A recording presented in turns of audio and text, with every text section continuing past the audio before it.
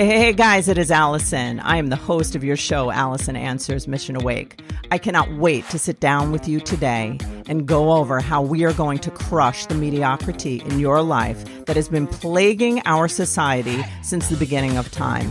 I cannot wait to have a real deal conversation that includes intelligence, fun, excitement, and real actionable steps to make a real difference in the life that you're living now and making it into something you can be damn proud of and excited to live. Sit down, put on your damn seatbelt, and get ready for the ride of your life.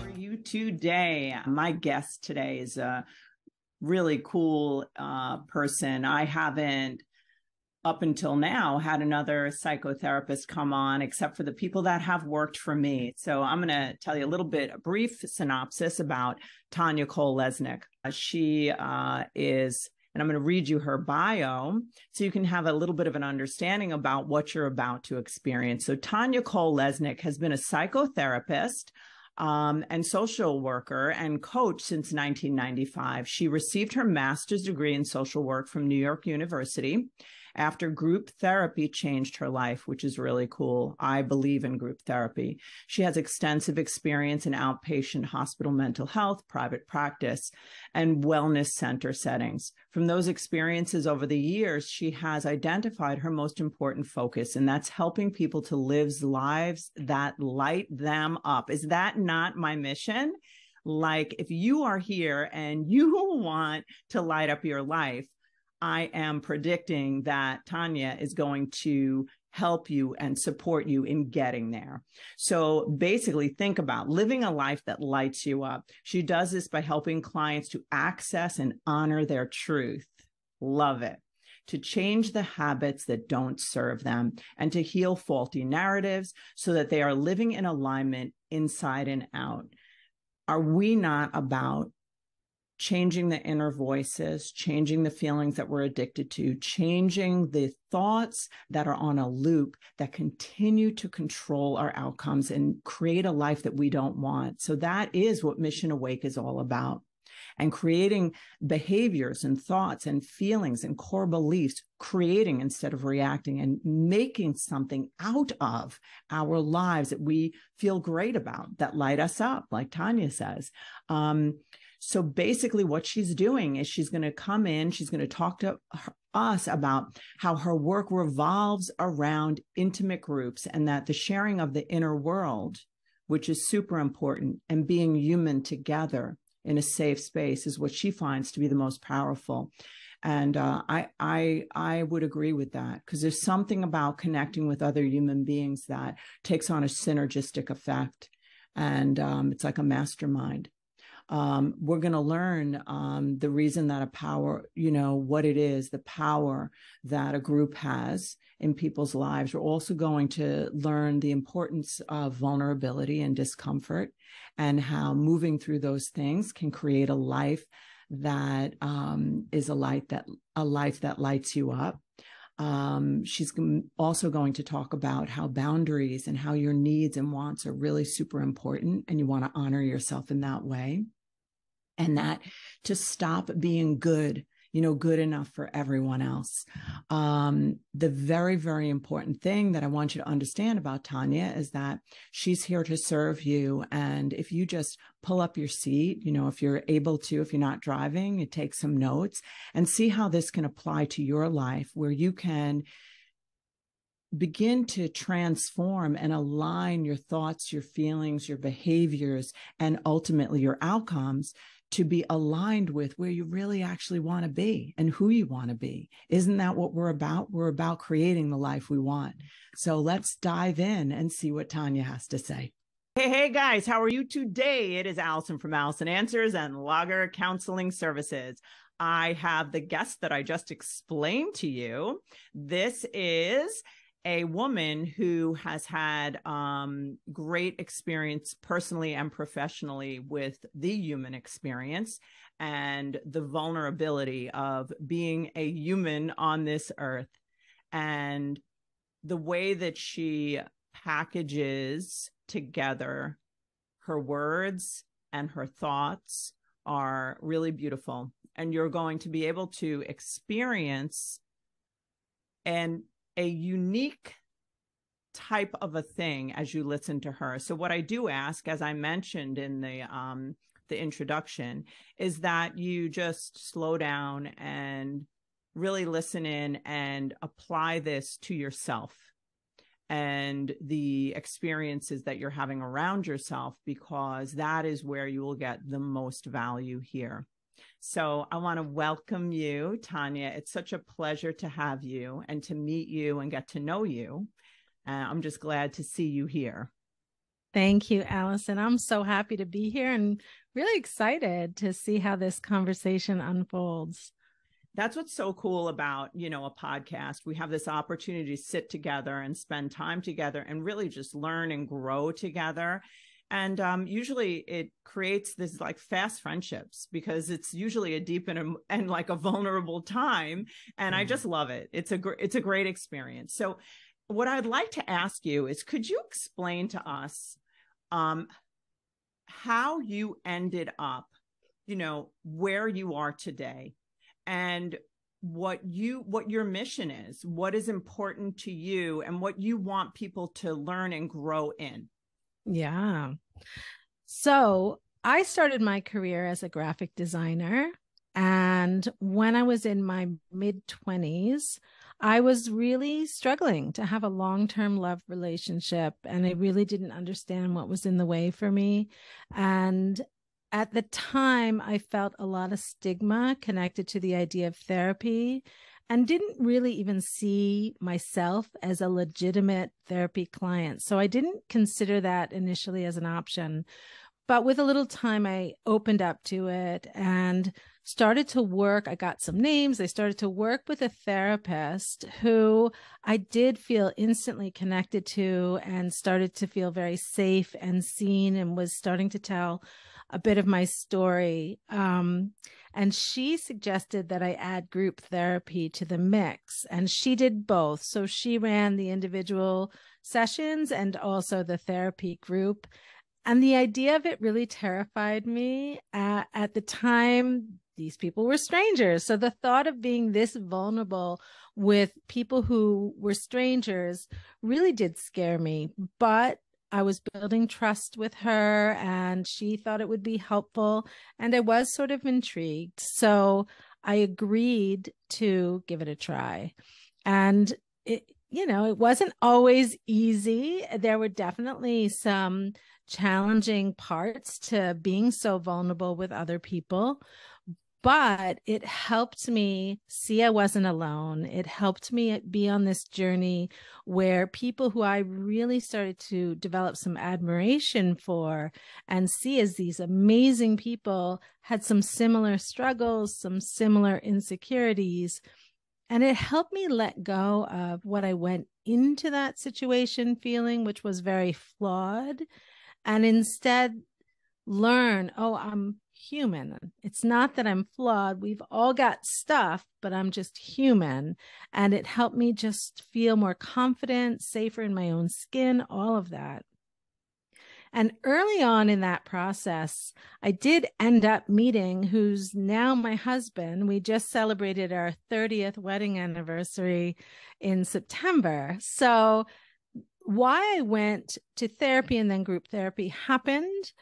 But what I didn't anticipate was connecting to myself in this really deep, solid way and feeling just a better experience on the planet, more joy, honoring myself more, all those things. And it led to me deciding to become a therapist and then coach and run groups of my own, offer individual sessions of my own, but ultimately wanting to help people have their own transformational experiences and realize for themselves as well how beautiful they are, that they're not flawed, that they're human, and to really tap into their own sort of inner magic or whatever it is that they can start to connect to of themselves. I'll tell you, Tanya, you have a beautiful way about you. And the way that you're describing this, it just reminds me of, I think about even my own walk in my life and becoming a therapist and, you know, all the shenanigans I do over here. But basically it really is this concept or this experience of connecting with other humans in this really honest way, which like allowing us to be who we are, like the truth is good enough, you know. And I feel like the truth really is the pathway to all freedom. And when you're describing this, and you describe it so beautifully, like this inner magic, and I think that we really have that, and you know, we just don't know it.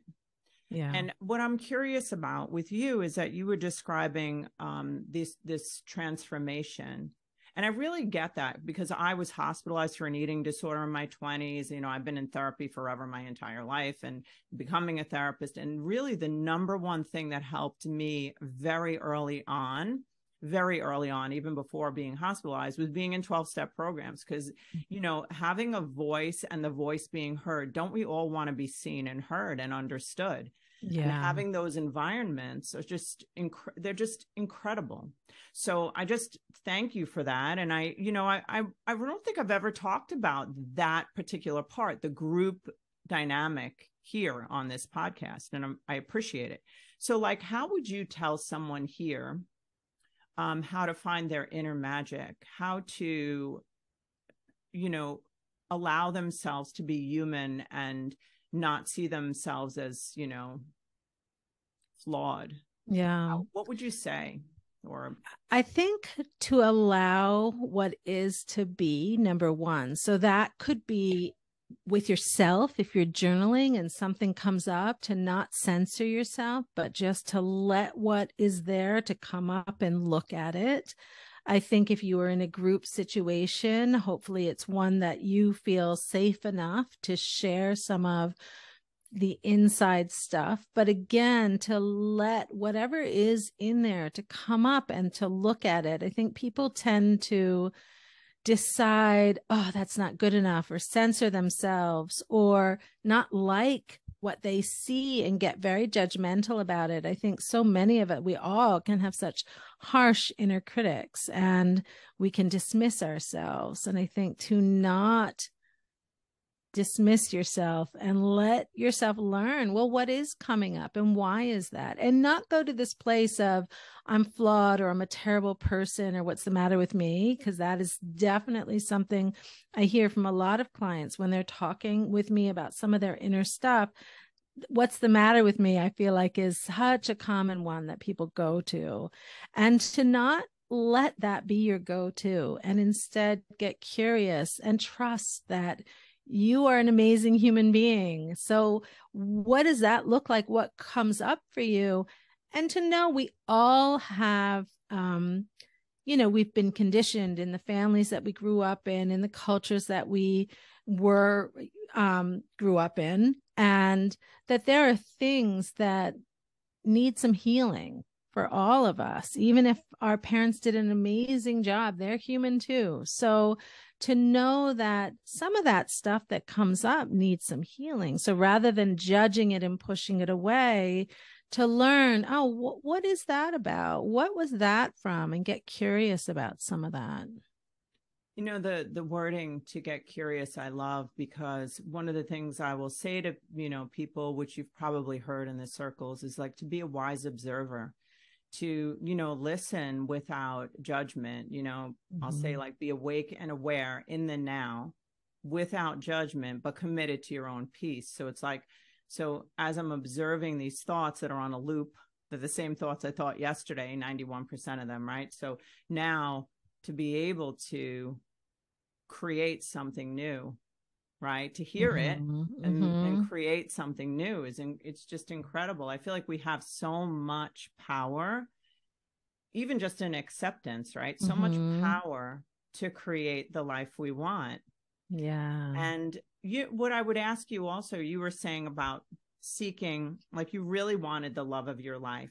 And I'm sure that there are people who are listening here, you know, people of all ages who feel are, you know, dating or looking, you know, to find the person, right? And the answer that comes back when they don't find that person is, what's wrong with me?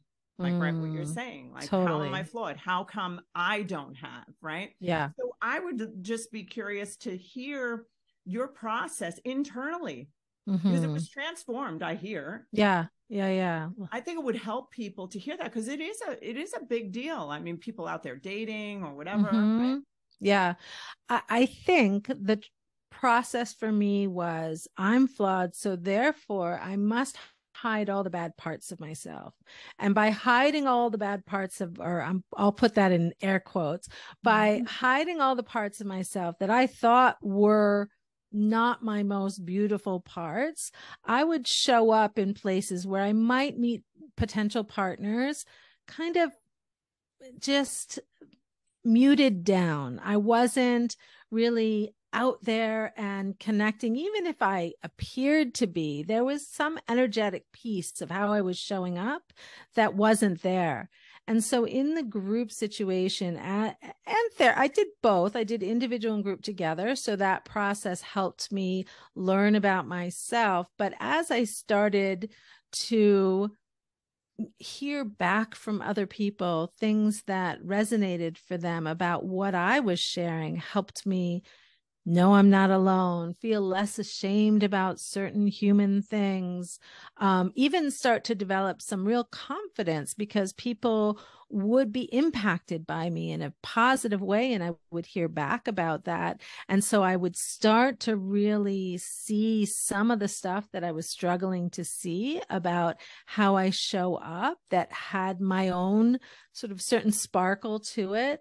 And so what happened as I continued to go out into the world and meet potential partners, something changed energetically for me. And I not only potential partners, but other people, friendships, other people just gravitated more towards me as I was connecting more to myself. And my confidence grew.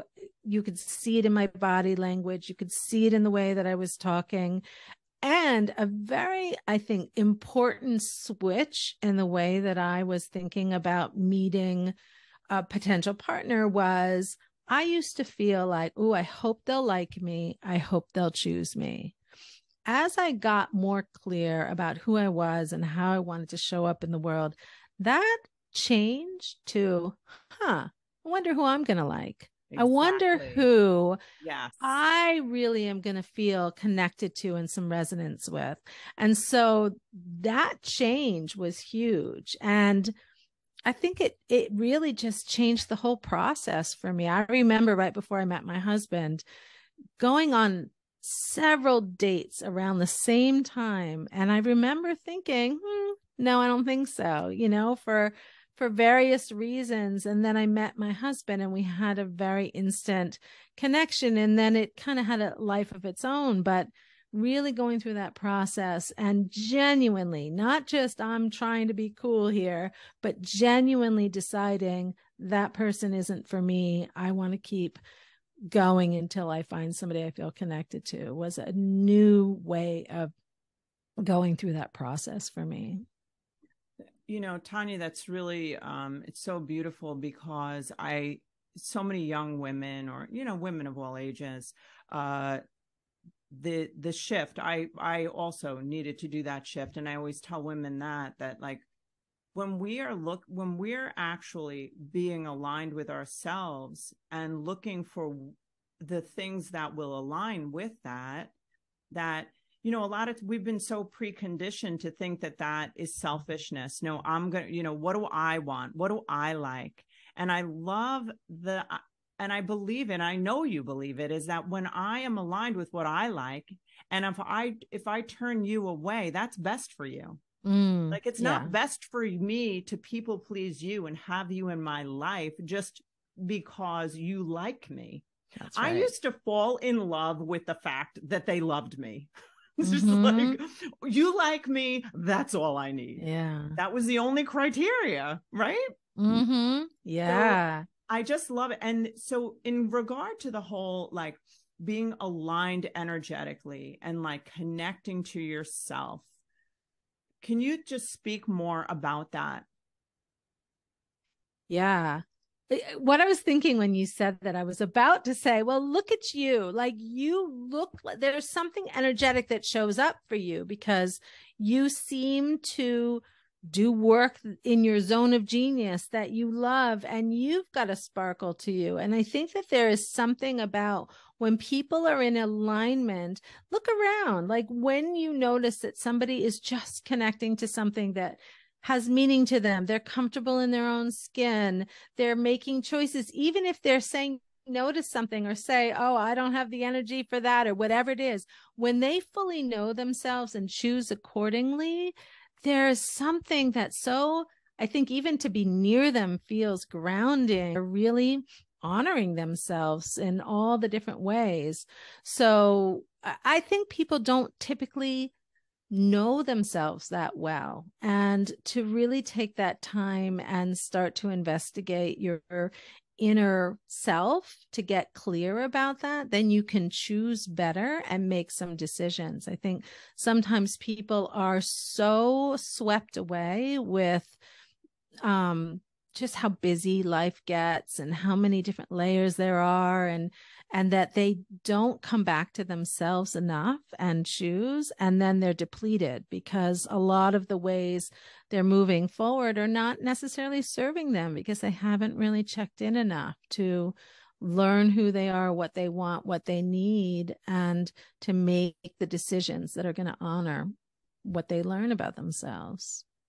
I'm so thrilled to have you here, by the way. Thank you. I am, Thank you. because Oh, I'm so happy.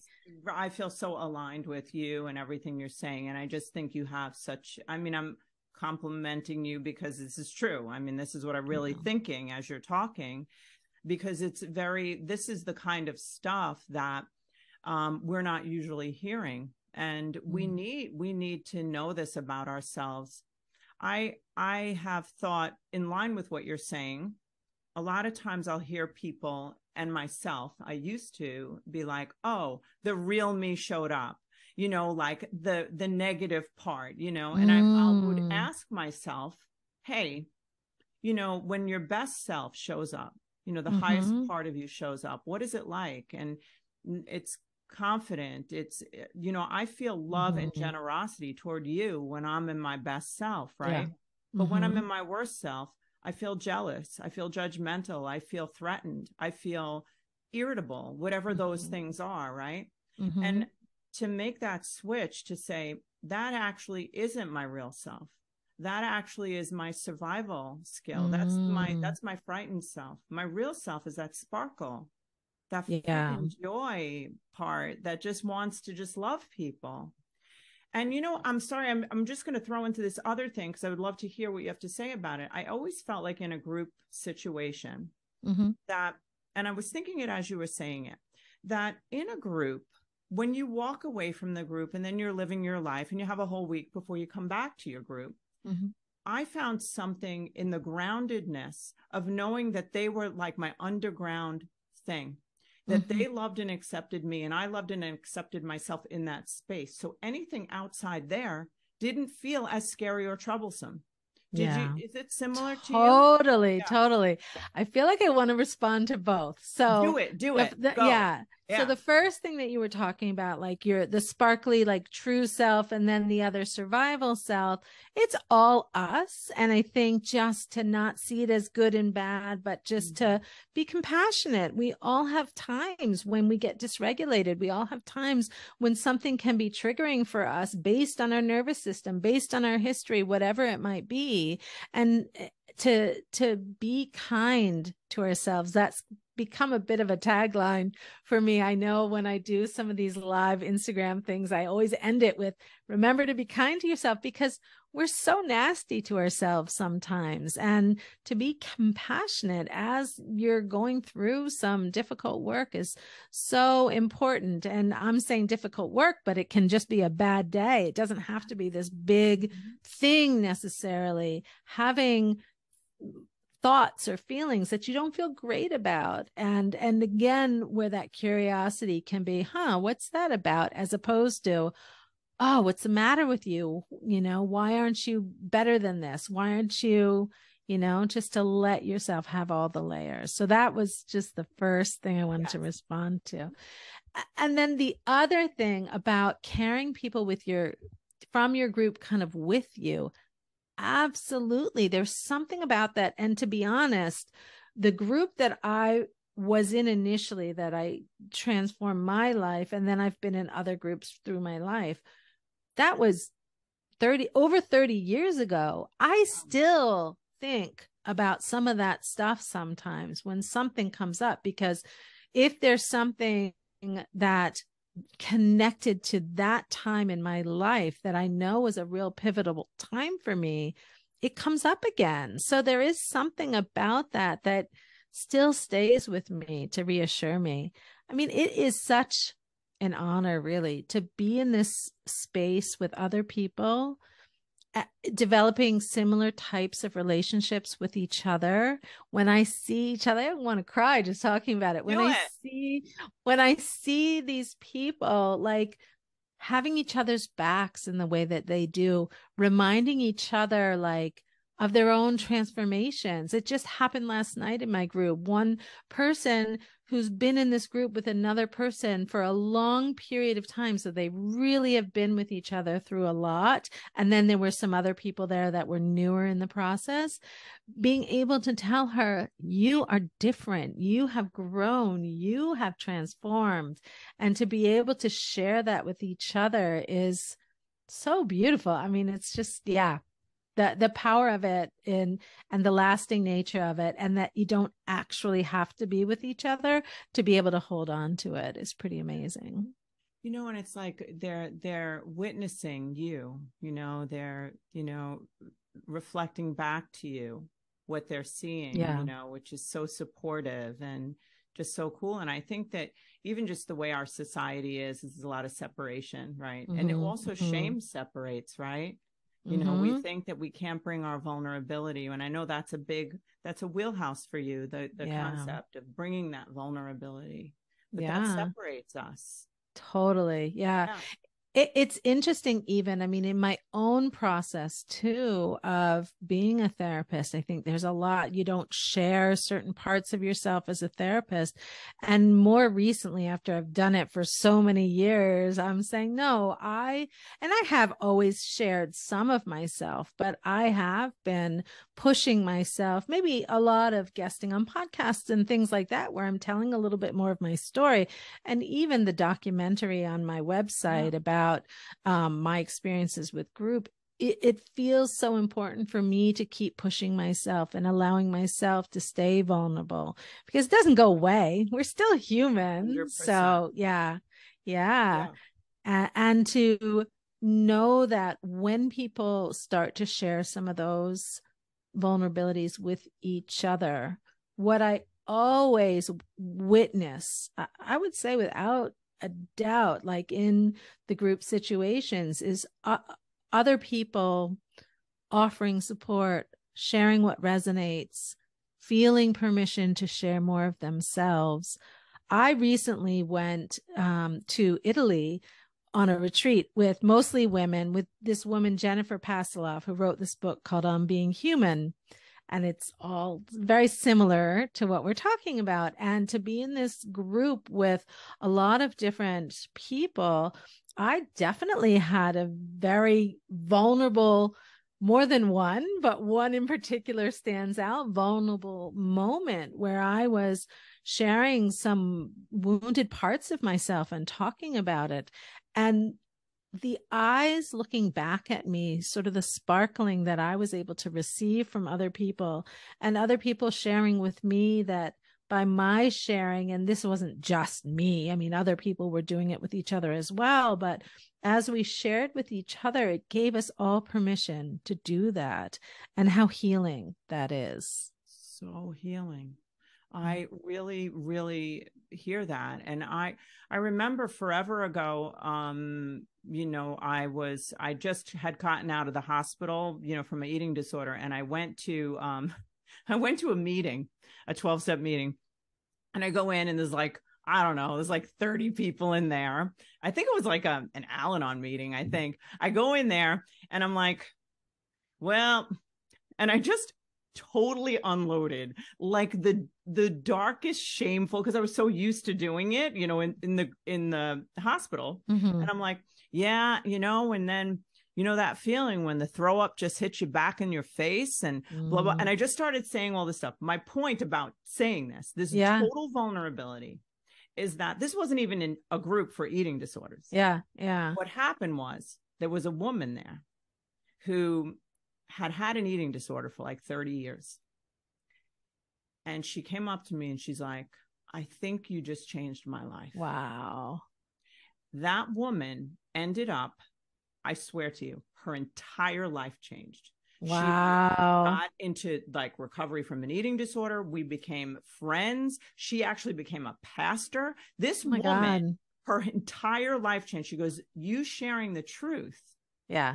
And I do what you're saying. It unlocks, it gives people freedom. And we're so closed. We're so afraid of what other people think. Right, Tanya? Like we're so concerned. We're so programmed to be scared. Yeah. And I just love not doing that anymore. Right. Right. As much as I possibly can or not, because a lot of times I can't, you know? I mean, it's hard. Like it's very easy to go back to those protective measures. It does feel scary.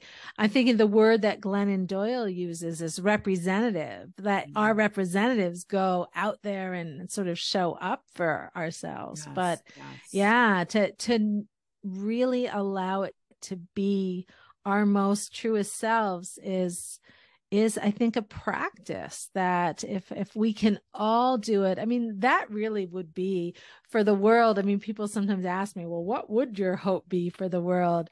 It would really be that if that people could show up more authentically and share more of their truth, their inner worlds with each other. And I get it. It's not always safe to do that. I'm not saying just do it everywhere, but just a little bit more and a little bit truer and take a little bit more risk. And and I just love the story that you told too, because we never know when something's going to hit us in this deep place that's going to lead to such a transformation or pivot in our lives. So yeah, you know, and then like I feel like it's like a movement, you know. It's like we're starting a movement, Tanya. Yes. We're changing this planet. But, you know, I think about just like there's this little, and what you said about it being a practice, these micro incremental shifts that we make create exponential results. Like I always say, like that little,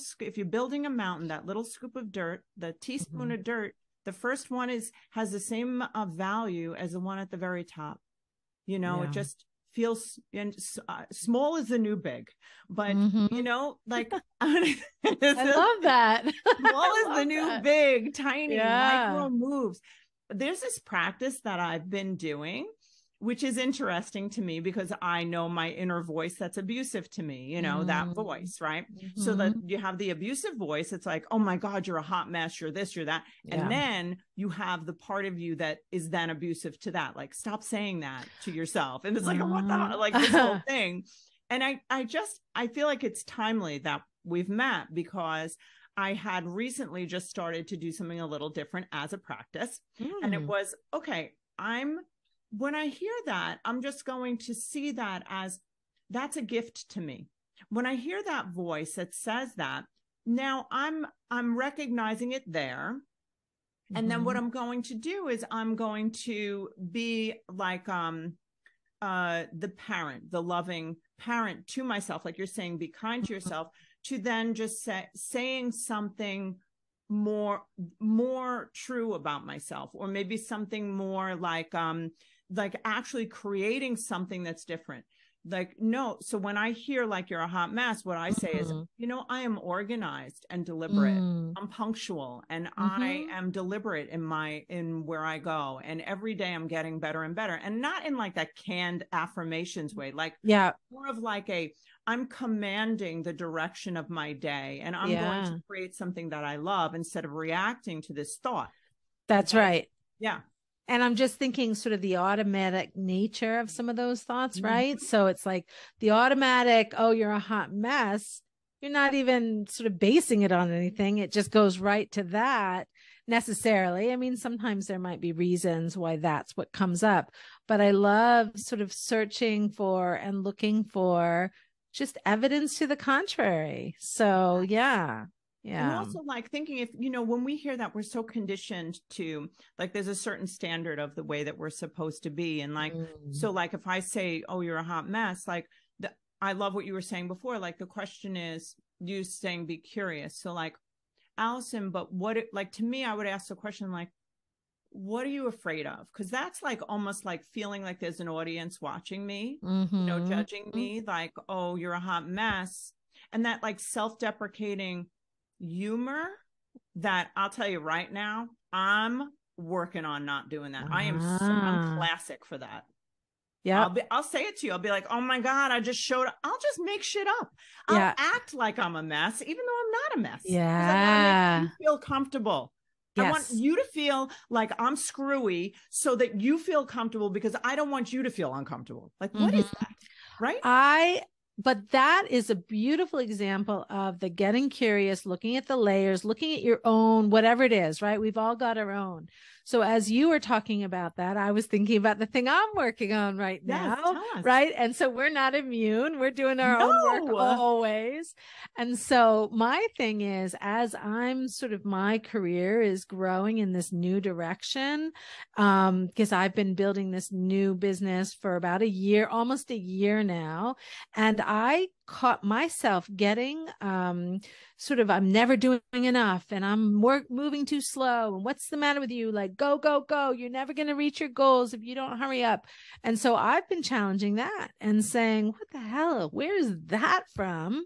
And peeling away some of those layers, being reminded of some of the productivity focus in my home growing up, and certainly in our culture. And we certainly celebrate workaholism and things like that.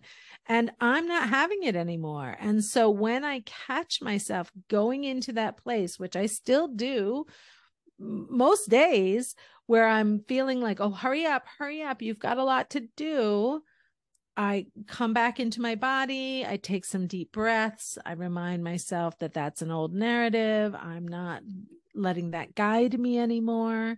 And I'm allowing myself to honor my pace, whatever that is, and to trust that I'm on a journey. And it's a practice and it takes effort. It doesn't happen without me coming back to it again and again, but it's shifting something in me and allowing me to stay at a more peaceful place more consistently, because I'm not staying engaged in that the way I was. That's such a plague, I think, for people, I want to say women, maybe because I'm a woman, but I feel like, we're so conditioned to wherever I am, I should be somewhere else. So if I'm washing the dishes, I should be doing that. It's like this stress, stress is fear. So what am I afraid of? One of the things that I've done that I do is that I try to have like 3 to 5 most important tasks. And then after those are done, like I'm free. So it's like, I know what I'm going to do that's going to move the needle for where I want to go in my life. And not everything's maintenance, because there's maintenance everywhere, isn't there? Like we got to do the dishes, we got to do the laundry. I'm like, no, I'm going to do this thing because this is the thing that's going to create more advancement. And then it's like, almost like, I feel like it like calms me, because I feel like almost like I'm parenting myself. Like, no, it's okay. You're going to stay with this thing now. Yeah. Like helping myself to not be so scared. Yeah. Like to keep reassuring yourself and to kind of, I like what you're saying too, kind of have a bit of a plan. So you know what kind of structure is going to support what you want. So you're not only mood dependent in that moment. You're sort of knowing what structure works for you and honoring that, and that can change at any, like, it's okay to change that too, but to figure out, well, what does work for me? How do I actually do well with follow through in the ways that I've identified I want some of these things? So I think all those different layers, get curious about yourself, but also what works well for me. Yeah, and I read that in your, on your website. One of the things you were talking about is asking yourself, what do I want? What don't I want? And really like running your life through that. And I would love to hear what you have to say about that too. Yeah. Yeah, because I think that people feel so caught up in life. I think I was saying it earlier that they are not necessarily making decisions about that. And if you allow yourself to get really clear, and it's a process, it's not like, oh, I asked myself one time, what do I want and what I don't want, but to really start to get clear about that. I have a little 7-minute master class about just a 3-question inquiry. But the way I suggest people do it is as a daily practice, number one. And number two, to use our days in real time as a jumping off point, because it can feel like such a big question to say, well, what do I want? I don't know. What do I want? But if you think, all right, but how about today? How was everything today? Is there anything you want more of? Is there anything you want less of? And kind of keep checking in about, how's it going so far? What are some of the things that you really want to keep going with? What are some of the things you really don't, in real time as you're living your life? And it can start to get more and more clear as you develop that practice of checking in. And for some of us, we are kind of missing some connections to some of the things that maybe bring us some joy. I know for me, I started to recognize that I tend towards being a bit serious, and that maybe I'm not allowing as much fun as would really give me a fuller life experience. And so recognizing that is huge. And then looking at, well, what is fun for me? I don't even know what's fun for me. And so getting curious with that. And so like each time you get a little bit further down sort of the inquiry path, just starting to identify at least some questions, even if you're not yet getting the answers, but going to the next thing and starting to get clear. Okay, I'm working on this for now. I'm working on fun for now. And you can pause at some of those places and give yourself some time to start to connect to it, see what resonates. The thing that you were saying something earlier pre-recording about that, about the energy that when you describe focusing on fun, right? Mm-hmm. I feel like, wherever we focus, Mm-hmm. that's where energy's flowing, right? And it's what's measured is what grows, that it Yeah. proves. Yeah.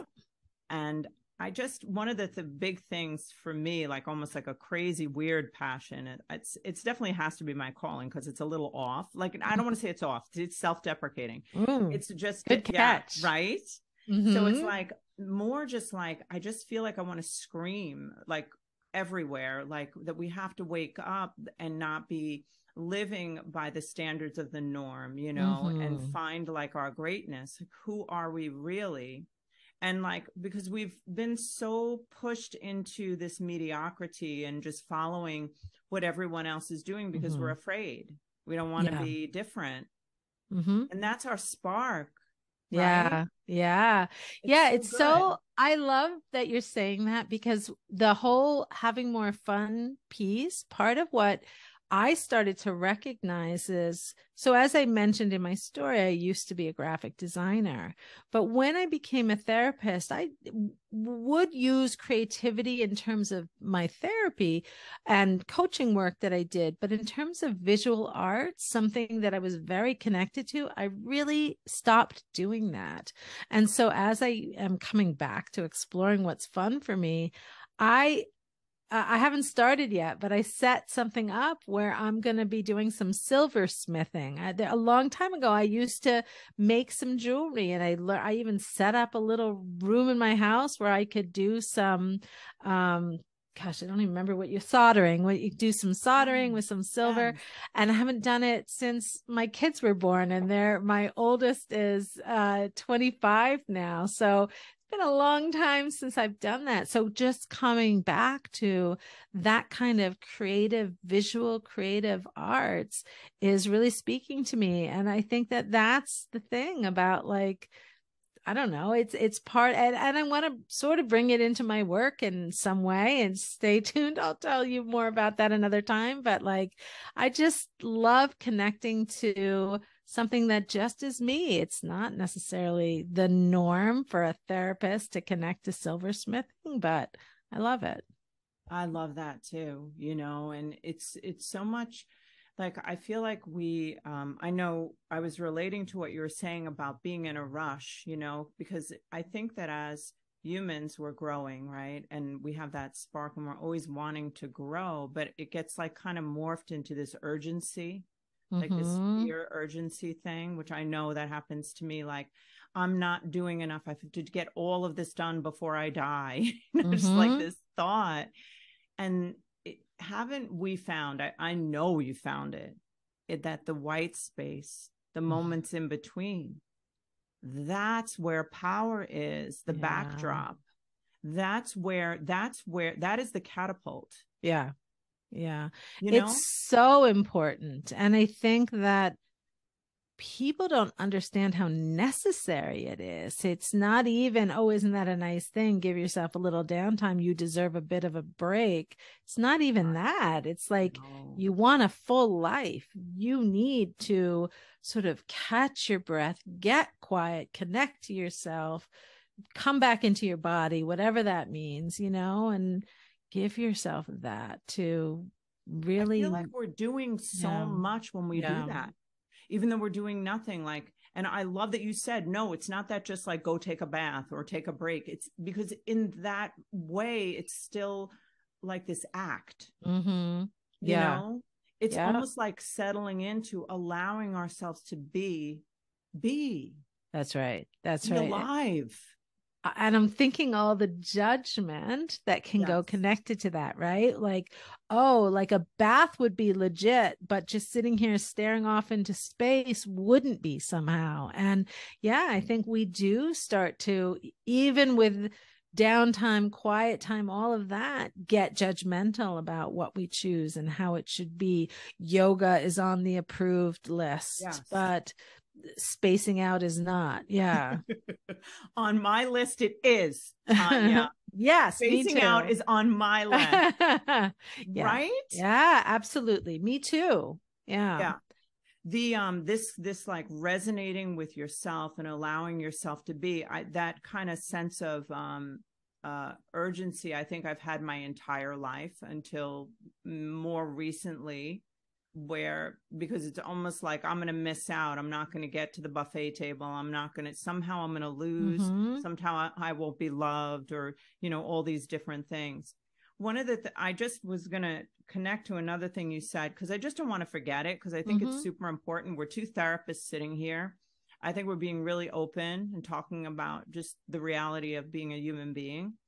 And I had this like experience that was just profound for me, was because just being a therapist for so long, like 30 years, all this time, and just talking to people, and I noticed people putting me on a pedestal. Like, this one thing that stood out was this one woman said, "But I'm not you, Alison." And I just felt it, that pivotal moment. I thought, you know what? And I've always been very real.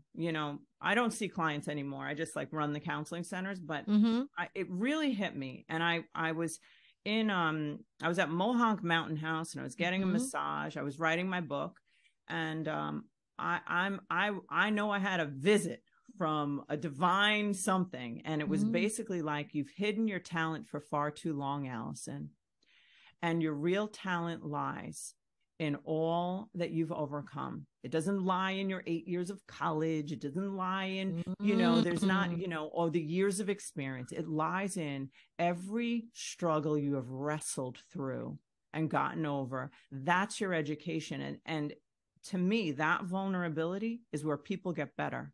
So I just shared all the stuff, like about, having an eating disorder or whatever, and doing, whatever. I mean, my husband died by suicide. It's absolutely the most Wow. tragic thing, tragedy of my Mm-hmm. entire life. I'm a therapist. Wow. This happened. Like, how did I miss it? Wow. And like, Yeah. but that there is like getting in touch with those parts of you that you don't want anybody to see because you don't want to cry, you don't want to feel it. Mm-hmm. To Mm-hmm. me, there is nothing more beautifully shared. Like nothing, Yeah. Yeah. you know? Yeah. I mean, I have goosebumps about this conversation so that she shared her view of you and you really let her see inside, which is amazing to be able to show up that way and to honor that and to know that that's where the magic is, to know that it's not about the education. It's not about sort of putting yourself into this professional mode. It's really about coming back to your heart and being genuine. And you kept showing up with all that difficult stuff. That showing up is so important. That's what, when, I looked at your stuff and was, thinking about you being on the show, that's what I saw your genuine nature, like that you're a real person. I'm sure you have experienced as a therapist, what other therapists can be like, very closed Mm-hmm. off, very clinical, and you almost feel like it feels judgmental. Mm-hmm. And Yeah. I'm so like hard, and I don't mean hard on them in a mean way. I'm just so with the therapists that work for me, I'm just like, no, like we are human to human. Mm-hmm. Like Mm-hmm. if there's ever judgment, like they can't work here. You know what Yeah. I mean? Yeah. Yeah. Yeah. And it's just like, I mean, we're just sharing space with someone who's learning about themselves, Yeah. right? That's right. And we're learning about ourselves and to Yes. to be I always feel like what an honor it is to be on those Oh yes. journeys, And so yeah, I think I love that. I think I did read on your website something about you said something about it somewhere. Now I can't remember where, but just about people sort of showing up in their authentic, real, like people are encouraged to just, I forget where I read it Yeah. on your website, but something about that. But I love that. And I love that you value that and that you teach that to the people that, work in your agency. Yeah, So, we want to change the face of mental health instead yeah. of being like this big divide between us and Mm-hmm. them. Like you're coming to an expert. No, I'm hopefully an expert question asker so that I Yeah, can help you that's right. ask yourself whatever it is you need to know, Yep. whatever that is, Yep. right? Yep. Yeah. Yeah. And I think also an expert, I'm on my journey too. I get it. I'm with you. I understand what that feels like. I understand some of the pain that comes up. It can be such a painful process and beautiful. And, there's a lot of layers to it. But I think to really get it and feel safe because the other person gets it is big. Isn't that everything? Like, I Yeah. feel like to understand someone is to love them, and to be understood is to be loved. Like, it's like, Yeah. I feel, to me, anyhow, like it just Mm-hmm. means so much to me to be Mm-hmm. understood and not judged, Yeah. Yeah. Yeah. Yeah. and just because, I mean, we do enough of that on our own, right? Yeah. Yeah. Yeah. And I think when we feel understood and not judged, then we feel safer to show up. And when we show up as our true selves, as opposed to sort of the representative, then we can let it in. Because if it's Yeah. our representative that's showing up, then we're not even really there. Mm-hmm. What advice would you give? I hate the word advice. Can we just Mm. scratch that off there? I don't mean that. Yeah. What in your heart would you share with a person today who's just out there struggling, who just has, let's say, a low self-esteem, which most most people do, Mm. doesn't feel enough, and is kind of wanting to find their happiness or the wholeness on the outside of them, which, Mm. that's also that dating struggle thing, right? What would you Yeah. say to them? I'm sure it would be very wise. Yeah, I No mean, I pressure. guess that, right. I think that the Hurry up. first I'm just kidding. thought that comes to my mind, and this is the way I always talk about group, is you are so not alone. So first that, to know that you're not alone. And then two, going back to some of that getting curious, if you could start to get to know yourself and what you want and need, what would some of the things be that come up for you? What does that mean to get to know yourself? And if it's somebody who's in the habit of looking externally for validation and to sort of have things that they're hoping that can help fulfill them without being able to look inside, that stuff's not going to do it for you. And then you're going to have this insatiable experience of looking more and more and more. And if you can trust that the answer, the magic is inside, and start that journey, that's what I would recommend to anybody, is just to start to check in with yourself, notice yourself, notice what comes up for you without the judgment, but just to really learn and get to know yourself. What brings you peace? What brings you joy? What feels triggering? What do you remember experiencing growing up that didn't feel safe? Because whatever wasn't safe for us growing up, and I don't necessarily mean in the big meaning of not safe. Sometimes it's just you're going to get a negative response from a parent. It's not even necessarily some of the trauma that, is there as well, but anything that wasn't received well, we can learn, oh, that's not good, that's not safe, let me change that. And then we don't necessarily learn how we would go about something, because then we've changed that. So to redo that, like, how can we come back to some of that stuff that maybe we haven't connected to in a long time? So kind of a long process and practice, and we've talked about it some, so it's not necessarily a more succinct answer, but really to stay curious and keep getting to know yourself and know you're not alone. When you're saying this, it's reminding me of this, this analogy I use all the time. I might have already said it on this podcast, I don't remember, but like Dorothy, with her ruby red slippers. I always go back to that. And it's the concept that we've had, I feel like Glinda, you've had it within you all along. And I remember being younger and people saying to me, you're not going to find your happiness out there with this or with that or whatever. And I'm sure you relate. And I remember thinking, bullshit. I'm finding it. And you're not going to stop me, because I don't think that what's inside of me is good enough to make that happen. And I swear, when I think about that, I'm like, all these years later, I'm like, damn, that's true. It's so true that we're always searching outside for this thing that is going to bring it, this external locus of control, right? Somehow that's going to make it right. And I just, anybody who's listening, it doesn't mean that you can't. I think I needed to hear, it doesn't mean that you can't have those wonderful things, because you have your wonderful husband, you have your wonderful experience. When you were saying that, I was just thinking, like, if we can use the story that I shared initially, I was looking for a partner because I thought I would feel more fulfilled by having a partner in my life.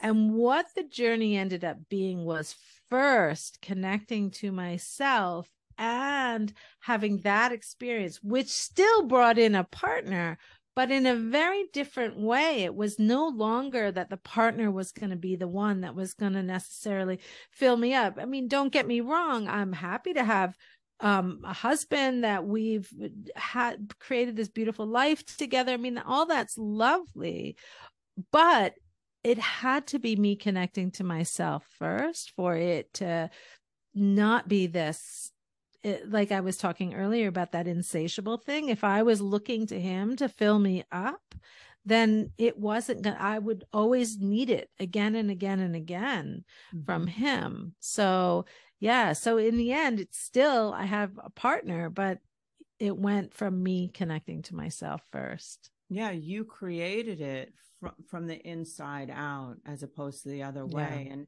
and I would throw out there, who knows if I'm right, but I think that if you continued to be empty, you may have drawn to you someone who would continue to support the emptiness, even if they were fulfilling it. Like in one way or another, I feel like we attract what to the degree that we feel worthy.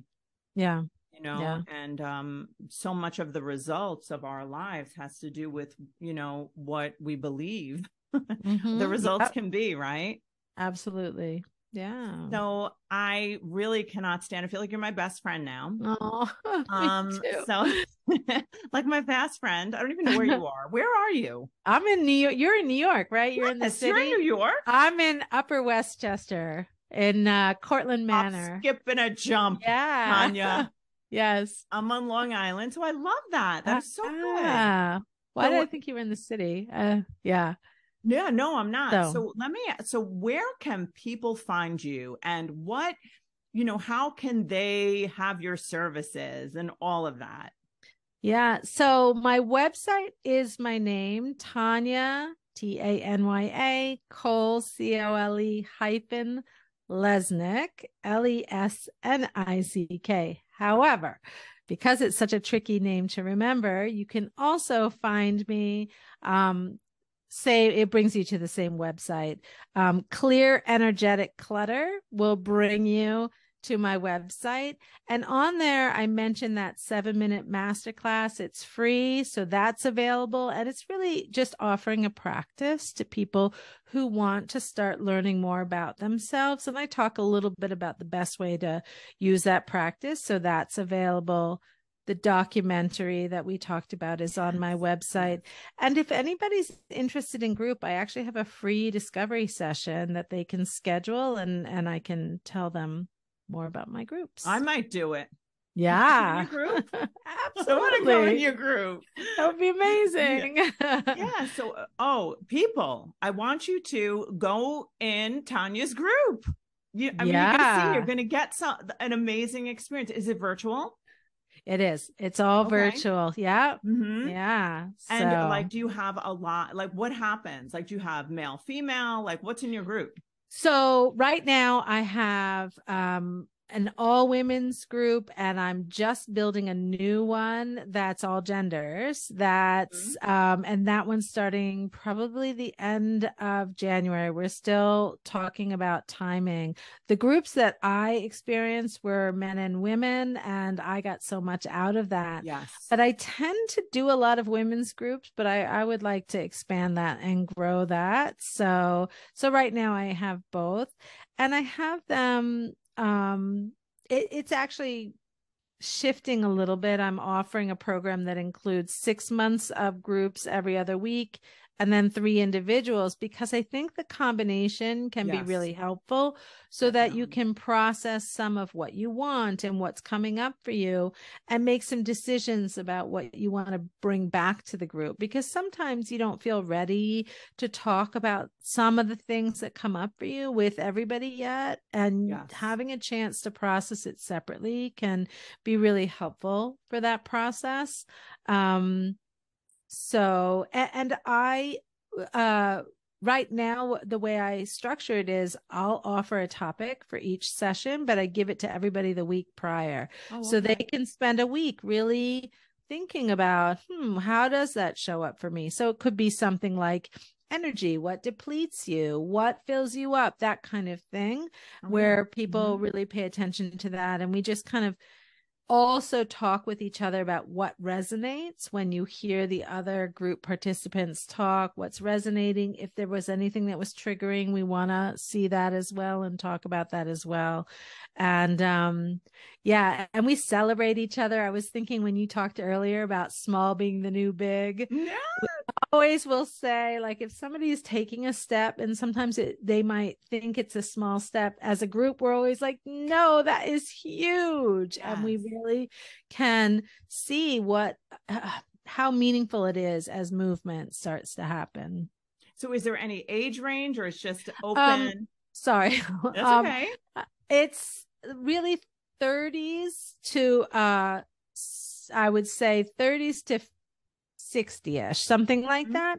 And the reason why I don't limit it to any particular, like, for example, somebody might be going through a divorce where somebody else might be in the middle of a career change or just feeling kind of blah and more neutral and want more excitement in their lives.